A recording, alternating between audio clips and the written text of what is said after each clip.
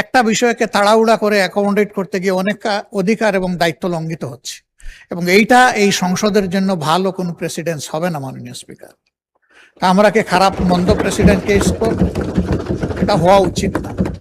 আমি আপনার সদয় বিবেচনার জন্য অনুরোধ করছি, হয় বিষয়টা ভালো করে ক্লিয়ার করা হোক, আমরা স্যাটিসফাইড হই যে এটা এখনই পাশ করতে হবে, দেখার কোনো সময় নাই, আমাদের মত দেওয়ার বা স্টাডি করার কোনো সুযোগ নাই, একেবারে এই বিশ্বাসের উপর ছেড়ে দিতে হবে। আর আইন বোধহয় এইভাবে প্রণয়ন হয় না মাননীয় স্পিকার, আইন তো বুঝে শুনে প্রণয়ন, ইতিহাসের দায়বদ্ধতা আমাদের আছে, আমরা তো অস্বীকার করতে পারবো না। ধন্যবাদ মাননীয় স্পিকার।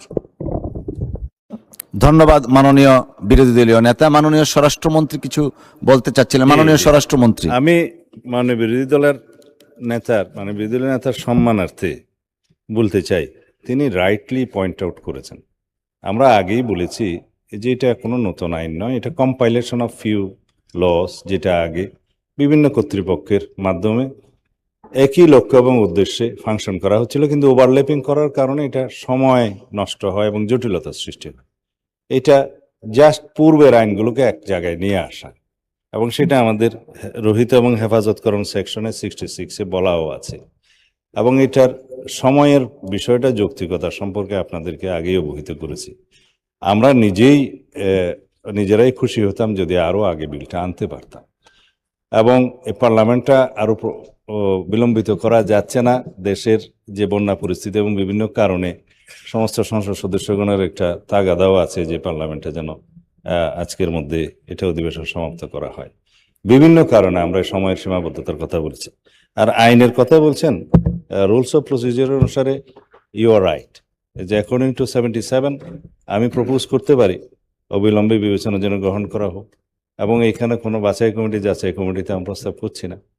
কিন্তু একটা বিষয়, তারা যে সংশোধনী প্রস্তাবগুলো দিতে পারতেন সেটা সময়ের কারণে হচ্ছে না। তা আমি তো প্রতিশ্রুতি দিচ্ছি যে মাননীয় সদস্যগণ যে সমস্ত ধারার মধ্যে সংশোধনী আনতে চান, আপনারা যদি সেটা নিয়ে আসেন, আমরা সেটা সংশোধনীটা গ্রহণ করব যৌক্তিকভাবে পরে, এবং সেটা আগামী সেশনও হতে পারে। এমন না যে এটা আইন পাশ হয়ে গেল, আমাদেরও প্রয়োজন হতে পারে মাননীয় স্পিকার আগামী অধিবেশনে এই আইনের উপরও হয়তো সংশোধনী আনতে হতে পারে। কম্পালশনটা হচ্ছে এখানে যে বিনিয়োগের অপেক্ষায় দেশি বিদেশি বিভিন্ন বিনিয়োগকারী এখানে বিভিন্ন চুক্তি করার জন্য অপেক্ষমান আছে। আমাদের 4 মাস 5 মাস অতিবাহিত হয়ে গিয়েছে। এই আইনটা যদি আগের সরকার অথবা ইন্টারিম গভর্নমেন্ট যদি মনোযোগ দিত, তাহলে এই 5 মাস আমরা বিনিয়োগে অনেক দূরে এগিয়ে যেতাম।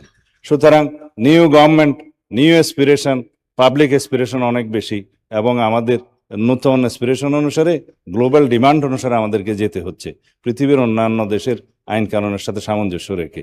যদি এই সুযোগটা আমরা নিতে চাই, তাহলে আমাদের আইনটা আজকে পাশ করা দরকার। এবং এখানে যে সমস্ত ধারায় মাননীয় বিরোধী দলীয় সদস্যরা সংশোধনী আনতে চান, আমি আবারও প্রতিশ্রুতি দিচ্ছি মাননীয় প্রধানমন্ত্রীর পক্ষে সেই সংশোধনীগুলো আমরা গ্রহণ করব যদি যৌক্তিক হয়। ধন্যবাদ মাননীয় স্পিকার।